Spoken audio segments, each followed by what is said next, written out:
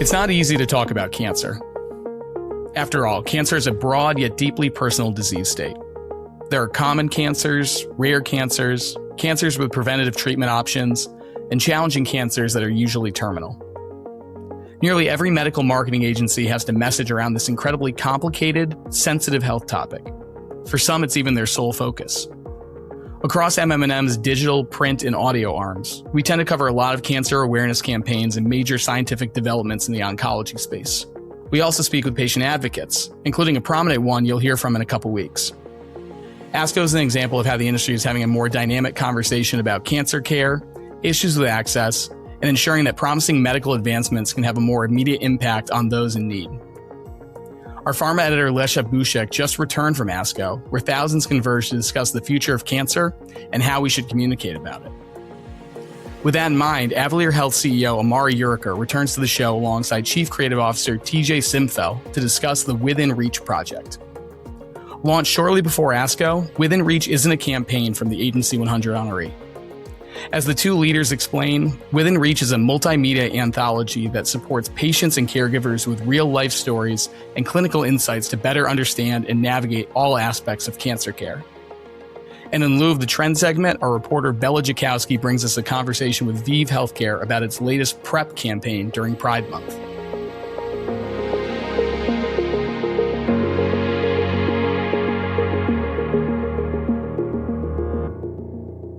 Amar, so happy to have you back on the podcast. And TJ, it is wonderful to meet you. I'm glad the first time we get to meet is on the MM+M podcast.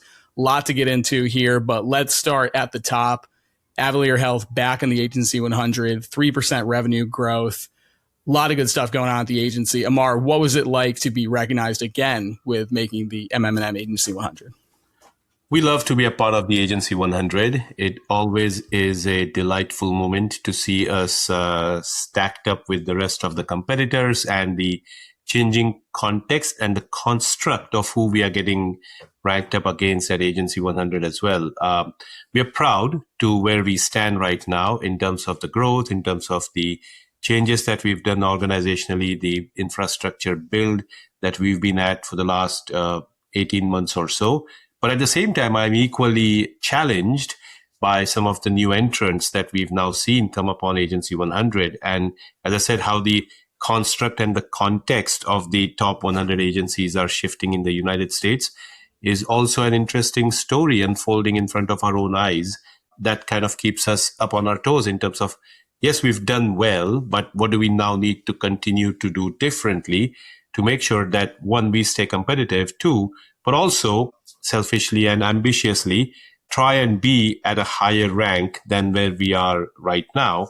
Not that ranking matters, but as you know, it does matter. So that's what we are looking at right now, you know.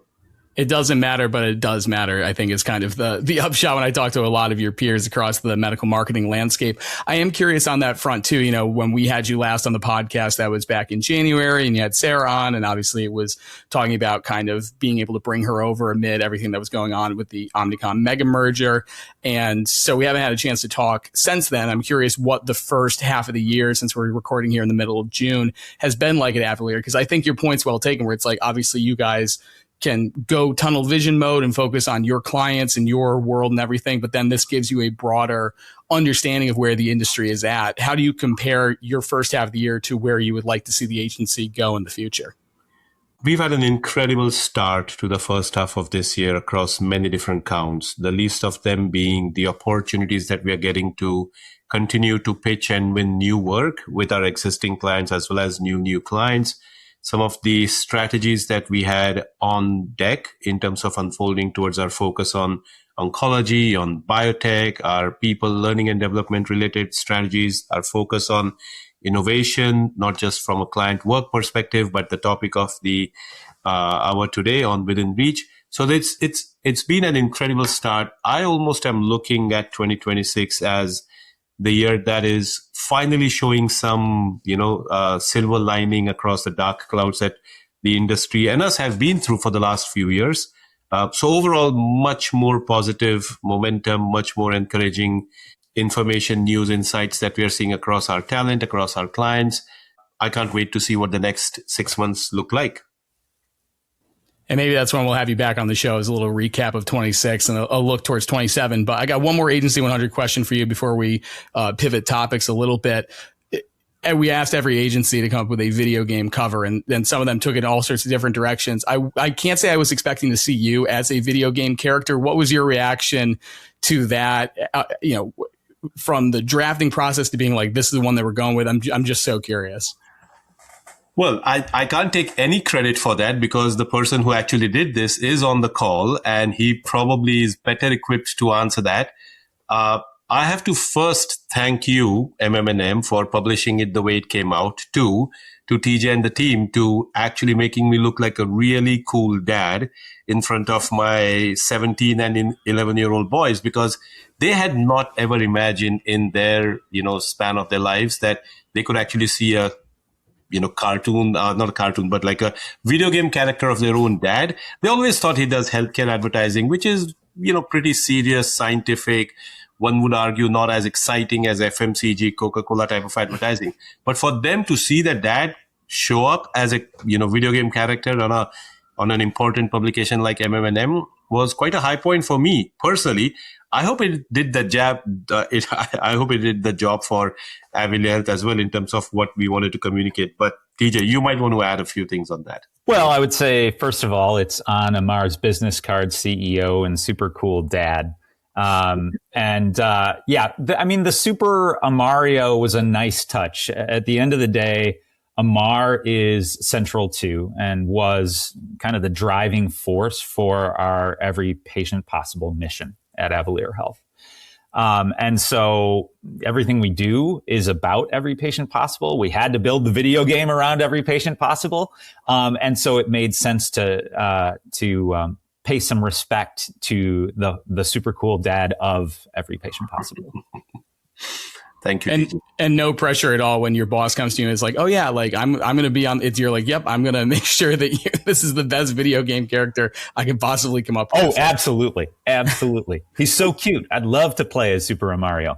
Maybe we'll make it happen. Maybe exactly. The next one when we prototype the video game. We would love to be able to have the exclusive on that if and when that happens, but that'll be something else we can get to. What we really wanted to have you on the conversation for was talking about Within Reach. And, we're coming off of ASCO a few weeks ago, and obviously there's so much industry focus when ASCO is going on about oncology, but it's been really interesting talking with cancer advocates, and we have a couple more that are coming on the show over the summer, that the conversation around cancer isn't just limited to Breast Cancer Month. It's not limited to Prostate Cancer Month. It is this longer continuum in terms of the dialogue that we're having with HCPs, with patients, with caregivers. So talk to me about how Within Reach, one, came to be, and then we can talk more about the roll-up. But I'm so curious about that in that wider context. Yeah. So let me give it a start, and then I'll give the context on one, why Within Reach? Why did we create that? What does that really mean? But how does it come to life is something TJ can put some really beautiful flavors to that. As he's been the real father of all things on Within Reach in terms of making it come to life in some ways. So, Jack, as we've all come on the back of ASCO, we know that in oncology specifically, the science is moving at a lightning speed, right? But we still feel, we still know, we still track that too many patients are left out and left behind in some ways. And that's basically our approach to Within Reach was to understand why is it happening and what can we really do to make sure that in this ever-shifting environment where tensions between science, society, and systems, how can they create a nexus amongst them and then remove the barriers where we ensure that the patients don't fall through the cracks. So I think what our challenges, as we identified, one of the challenges in oncology is assuming that innovation always almost equals to impact, and that science is moving rapidly, but the systems around it haven't quite kept pace. And so when we look at these three pillars, like what are the scientific barriers,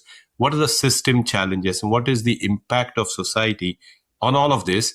And if we can figure out what are those nuggets, those critical insights, and bring them all together in a way that it's not just the pace of science that is important, but the systems and the infrastructure around it, whether it's geography, time, coverage, policy dynamics, like what are the structural forces that can ensure that the benefits of science actually falls into the hands of the patients and the caregivers and the HCPs.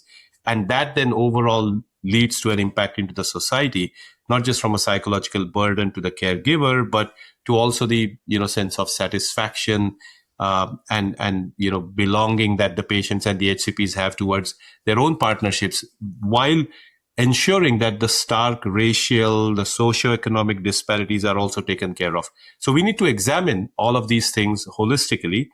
So our idea was we look at science, society, and systems together, bring it to life through the ideas, insights that we can come together and come out with a campaign that is within reach, which is not just like a thought leadership initiative or like one white paper, what that really means. But how do we bring it to life? I'll ask TJ to comment on that, actually. Yeah, TJ, I would love your insights into, because I think Amar makes an interesting point where it's like, trust me, we get pitched a bunch of stuff where it's like, oh yeah, and like this is our kind of flag in the ground on X, Y, or Z topic. But when it comes to cancer, again, something that's so broad yet so personal, being able to put a campaign out there that really resonates with your target audience, how do you take that from a creative perspective? Well, it's funny because it started out in our heads as a campaign. But it's not a campaign. It's really not. Like, it's so much more than that now. It's almost become, I guess, central to our identity. I mean, you said it in terms of kind of the macro and the micro. Like, patients and healthcare providers don't experience cancer in neatly separated categories like science and society and systems, right? They experience it as a single overwhelming reality. And it's within that reality that stories form. And these are stories that lead to other stories and nest within stories, and they connect to other stories in these weird and meaningful and unexpected ways. The stories of cancer are without fail a combination of heartbreaking and hopeful, but always human. And those stories then live within that much broader system, right? That we are all responsible for in many ways, those bigger stories. So that's the long answer to the short answer, which is, if we boil it down to its simplest form, Within Reach is an anthology. It is a collection of stories, micro and macro, that are going to explore uncomfortable issues in cancer treatment, in access, in care, and what can we do as an industry to solve them. If you were saying, well, what are kind of the things how am I going to absorb these stories? I mean, it's a multimedia anthology, obviously tons of stuff that you can read, that you can listen to. We have patient stories. We have healthcare professional perspectives. We have a ton of expert analysis in-house. We're doing in-depth showcase reports that go super deep on specific topics. We've got one on hem-onc right now. I think in July, we do non-small cell lung cancer. So a lot of thought leadership. And then our podcast, which is definitely one of our flagship tactics, which I think we've got an episode dropping this week. If in fact this episode is dropping this week that we're recording it, which I believe it is. So yeah, it's all about a collection of those stories and what we can glean from them. And we'll be sure to link out to some of those episodes and assets that are already out in the field in our show notes for anybody that's interested, that's listening to this.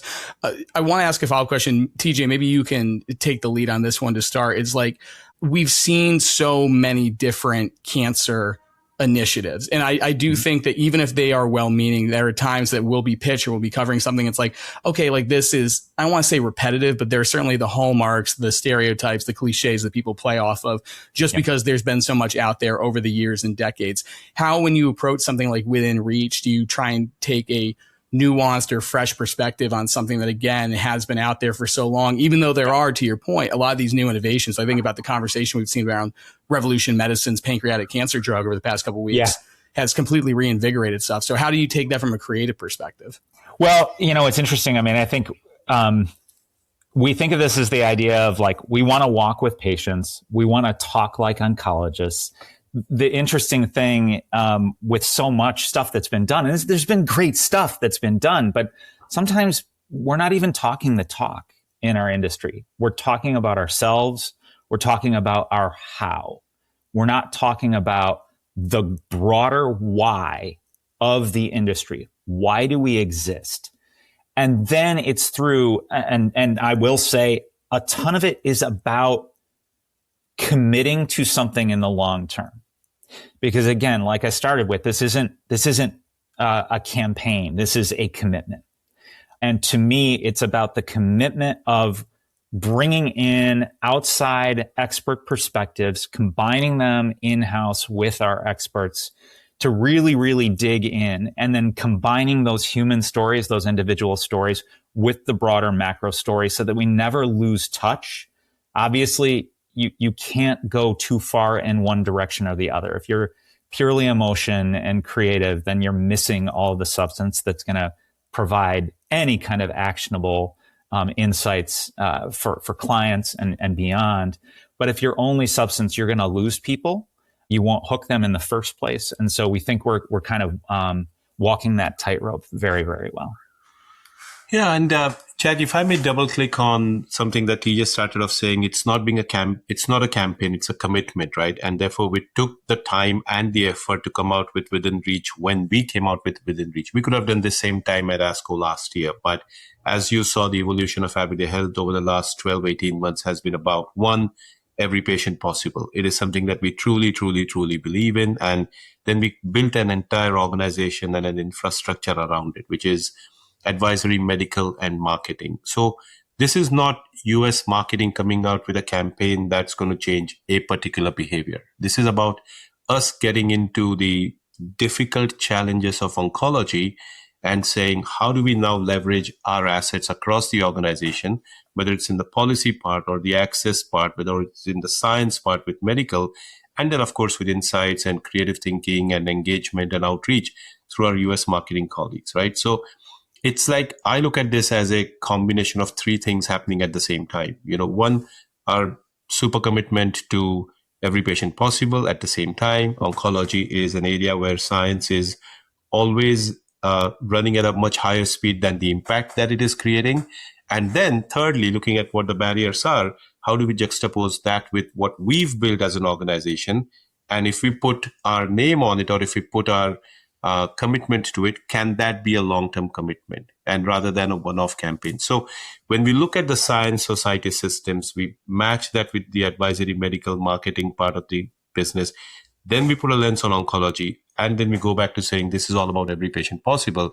Then we see this as a longer path of commitment and fulfillment of what we can do, not just for our clients, but even from a infrastructure or the systems, the FDA, the policy, CMS perspective, all the way down to the patients and the caregivers. So it's a pretty holistic worldview right now. And, I hope we stay committed to this for the near future. Hope. We're not gonna allow anything other than reality and pull through. We don't start this, dip our toe in and jump out. Like, this is, as far as I'm concerned, Amar, this is what we're doing for years on end. And Jack, for what it's worth, this is very much about oncology right now, but Within Reach is being built in such a way that we can bring it into other areas that are desperately in need of this kind of deep dive.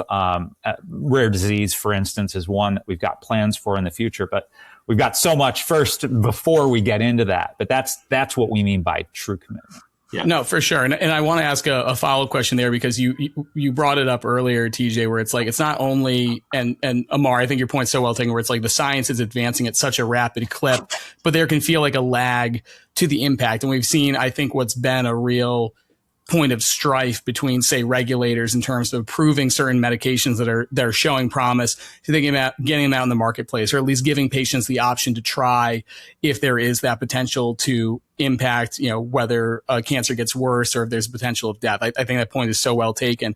I'm curious too, what else you've seen in terms of the obstacles that are in the way to accessing care. Obviously, affordability is such a continual conversation across healthcare too. Like, in the course of putting this anthology together, what sticks out to you in terms of like, hey, these are the real pain points that we as an industry, not only Avalere Health, but the clients we represent, our peers, their clients, have to really focus on if we want to make a tangible impact? Yeah. Amar, we can both answer this. Why don't I just start by plugging the podcast, right? Because every single episode of our podcast is taking a slice of of access challenges. For instance, the first one is with Ricky Fairley, who's a survivor of triple negative breast cancer, and she's CEO of Touch, the Black Breast Cancer Alliance. And then Nazari Parikh, who's executive scientific director here at Avalere Health. And they're really talking about fighting for care and representation in clinical trials, really unpacking how structural racism and everyday clinical practice have essentially produced a system where this life-extending innovation is going to leave some of our most vulnerable patients behind. So, that's one. There's keeping up with the pace, right? I mean, you just talked about it, right? The pace of innovation in oncology is great if you work in an academic center. But what about reaching the community level?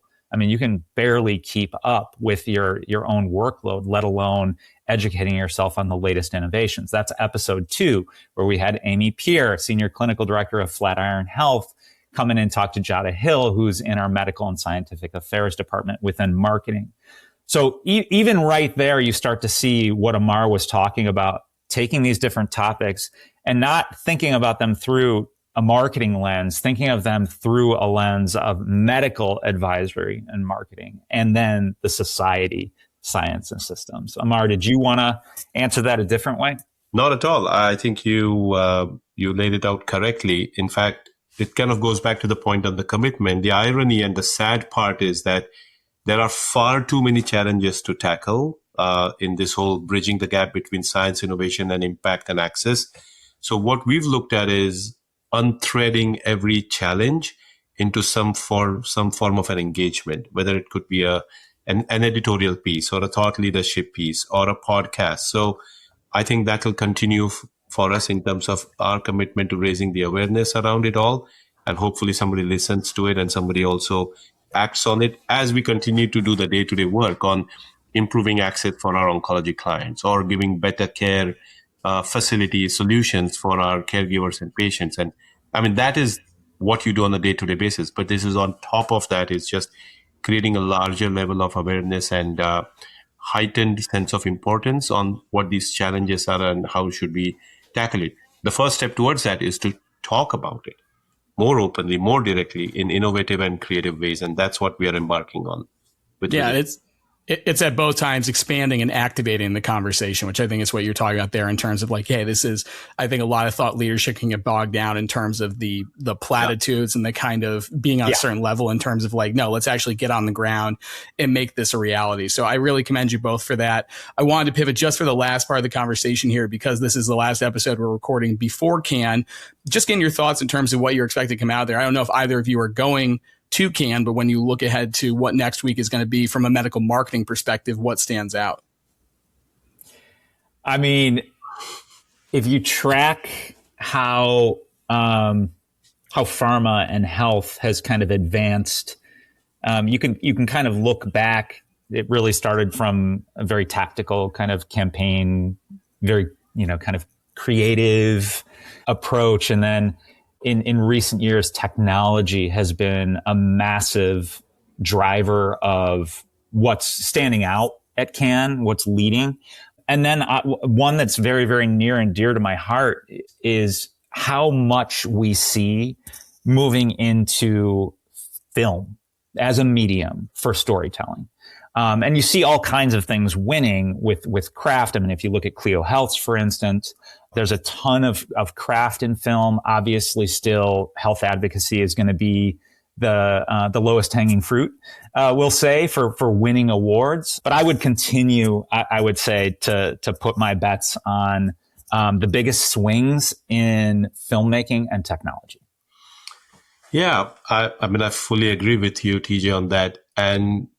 And what I'm hoping is that while that is getting embraced, again, at the speed and the scale at which things are changing from a tech perspective, I hope that the campaigns or the work that wins is contradictorily moving in the opposite direction of making it more human and more real and more emotional, and not relying on technology to solve the problems, but relying on humans and insights and emotions to solve the problems that we're trying to tackle here. And that kind of reflects in the entire look and feel of how even Within Reach as a campaign has come out. I mean, it's not like your classic typical oncology campaign where there's a bombardment of science and science related stuff, but it's more human, and we are using multifaceted engagement tools to bring that idea to life. So Cannes is always interesting. We are not going this year, Jack, neither of us, TJ and I, but we are no newcomers to Cannes, and we'll definitely find the right time and the opportunity to be there, hopefully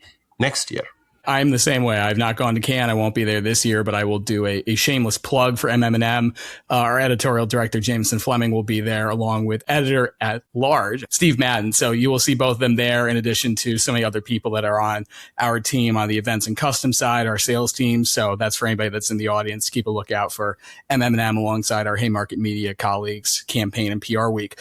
This has been a great conversation, Amar. Like I said, it's great to have you back on the show after kind of kicking off our year coverage. I'm going to throw it over to you to kind of bring us home. If there's any parting advice or something you want somebody in our audience to take home when they think about Within Reach and the rollout they're going to see over the next few weeks and months, what would that be? It constantly, I mean, it's a great question. And I'm sure, TJ, you might want to add on to that towards the end too, as well, if you feel free to. But for me, Within Reach is the exact expression of the reasons why I joined this business 25 years ago. You know, we're all in the creative world, strategy, engagement, communications, and we could have been doing this for consumer goods or FMCG or durables or whoever. But 25, 30 years back, I chose to be in this business because I believed that the power of creativity, the power of communications, the power of insights has the potential to change someone's life, you know, and that has kept me going on. Within Reach for me in some ways as a direct expression of every patient possible from an Avalere Health perspective is a sense of validation, you know, and my hope and my praise that if there's one young person out there in the real world who looks at Avalere Health, who looks at every patient possible, and who looks at Within Reach and says, I should join this industry, I should join this business. They don't need to join Avalere Health. That's fine. They will at some point if we continue to do good work. But if that inspires that one young mind to say why healthcare marketing, communications, advisory, medical matters, because we can change somebody's life. And if Within Reach does that on top of everything it aspires to do for the world of oncology, I think we would have succeeded in our jobs. Yeah. TJ. I couldn't possibly top that, Amar. I'm zipping it. Okay. I was about to say, he set you up there. He had this great answer plan. He's like, anything else you want to add? Anything? I was like, all I was going to do is plug the podcast. This might have been the first time and probably the last time in my life that TJ has nothing more to say on top of everything that I've said. Or anybody else that has ever said. And I think that's where we can wrap this conversation. Amar and TJ, thank you so much again for not only the work in terms of the oncology awareness, but also congrats again on being on A100. I'm sure we'll have you back on the podcast, if not by the end of this year, certainly the start of next. But thanks again for always having a great conversation. Really appreciate it. Thank you for having us, Jack. As promised, in lieu of our trend segment, Bella brings you a conversation with Robin Gatens, the Director of Enterprise Communications at ViiV Healthcare. ViiV recently launched the PrEP Wisdom campaign featuring TV personality Michelle Visage, who some of you may know from RuPaul's Drag Race. We hope you enjoy the conversation. Come back next week when we'll have some recaps about everything that went down at Cannes. Until then, take care. Robin, thank you so much for joining us today. I'm excited to talk about this campaign, this PrEP campaign, always, but especially because it is now Pride Month and awareness around HIV is super, super important, always, but especially now. Can you start off by just telling us a little bit about what you do at ViiV?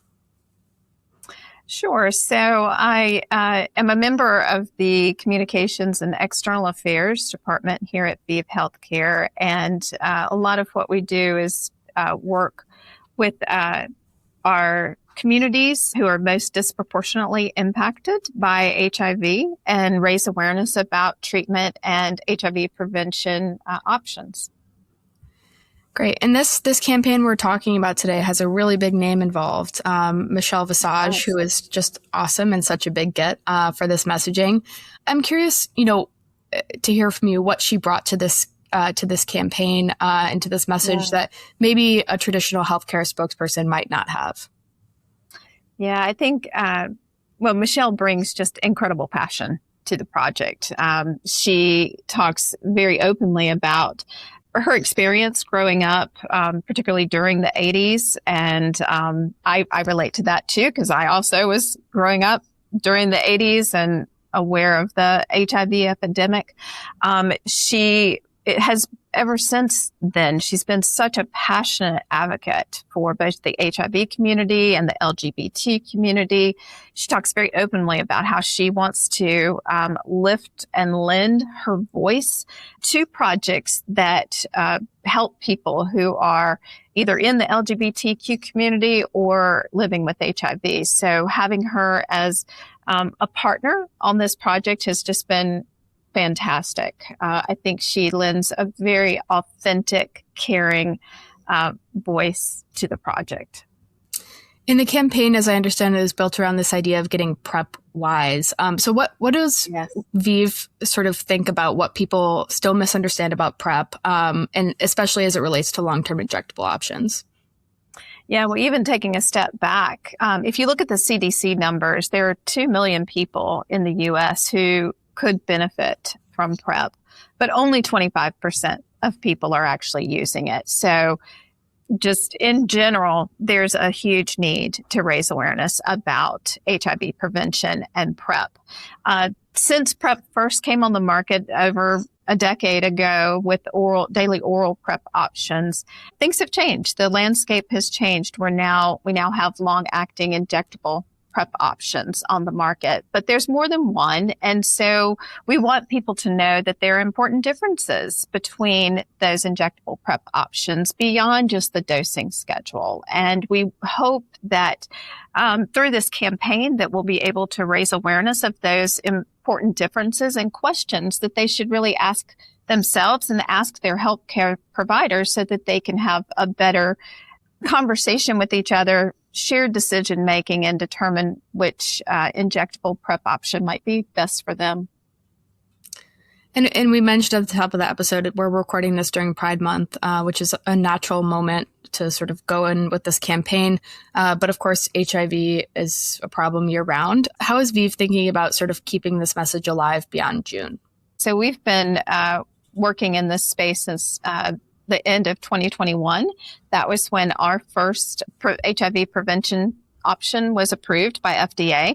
So we've been communicating about this, about the need for HIV prevention, the benefits of long-acting injectable PrEP options for several years now, and that will continue. In terms of this particular campaign, it did just launch on June 1st in time for Pride Month, but it will continue, and we will actually be rolling out new and different iterations of the ad campaign over the next several months.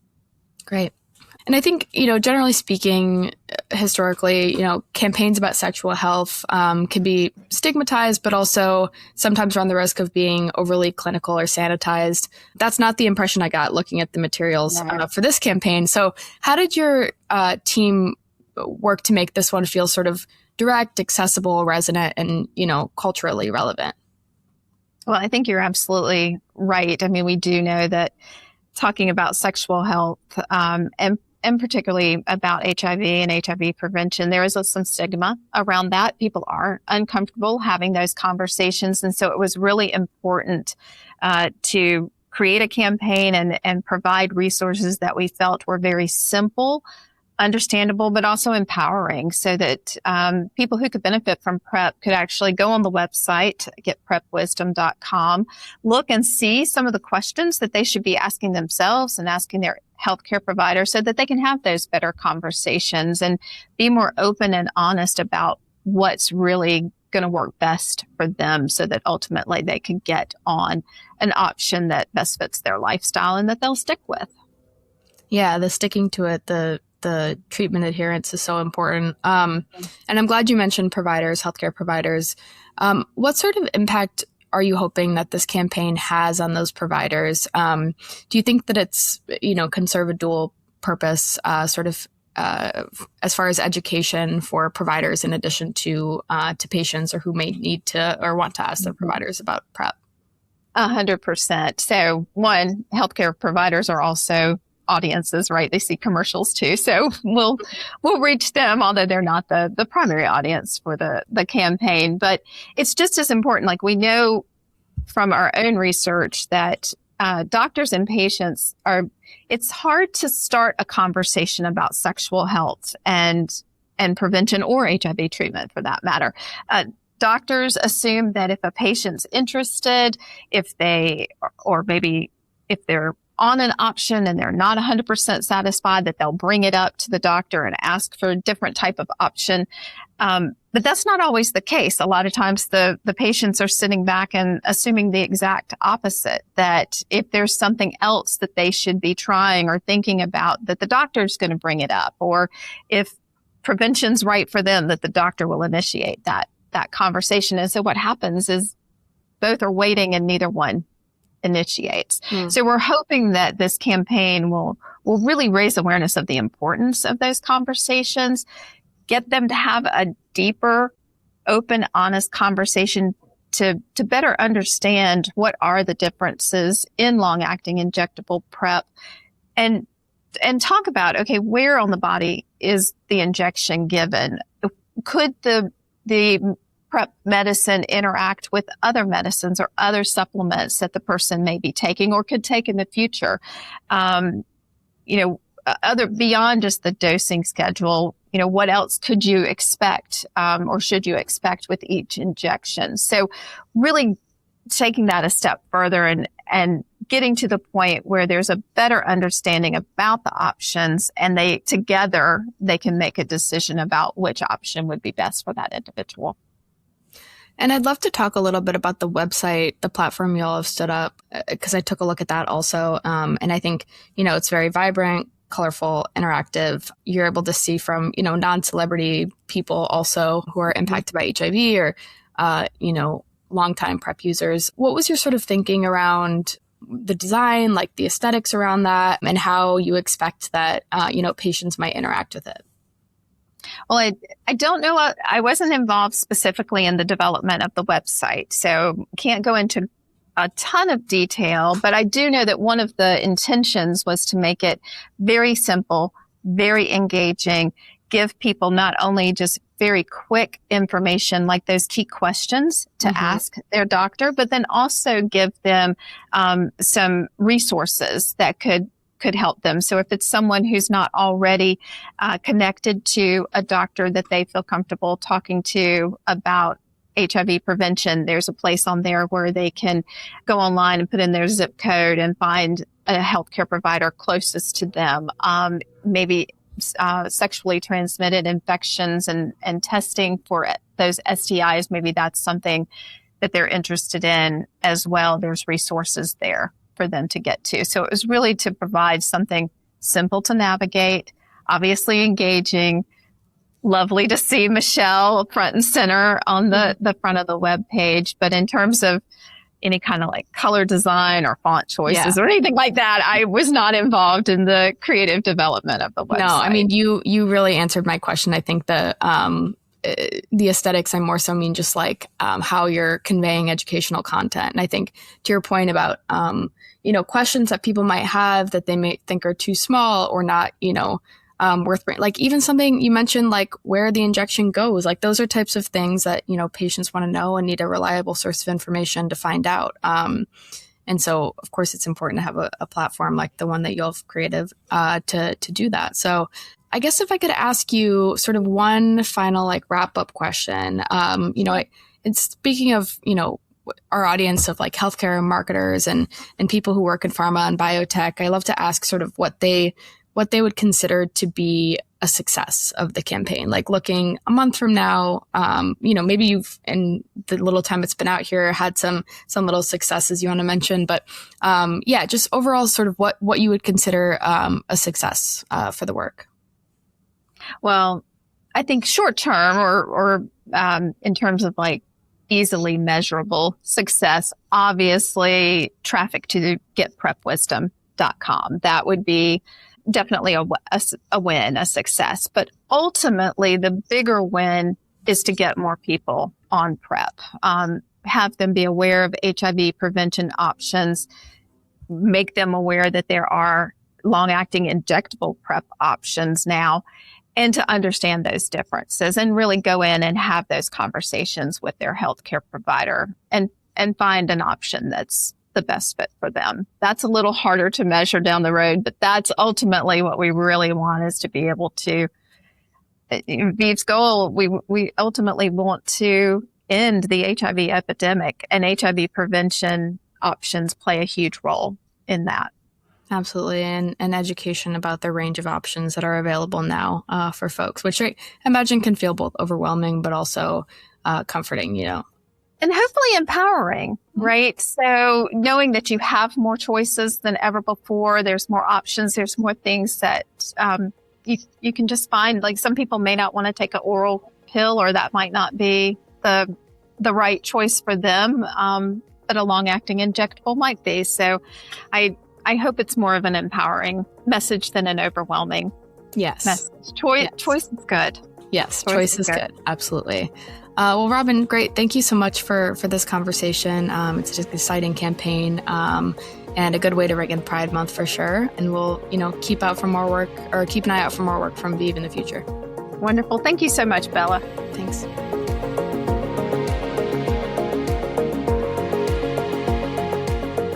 The MM+M podcast is produced by our editorial staff, Bella Jakowski, Lesha Bushek, Steve Madden, Jameson Fleming, and Jack O'Brien, with production and editing by Bill Fitzpatrick and Gordon Thaler. Listen to all episodes at mmm-online.com or wherever you get your podcasts.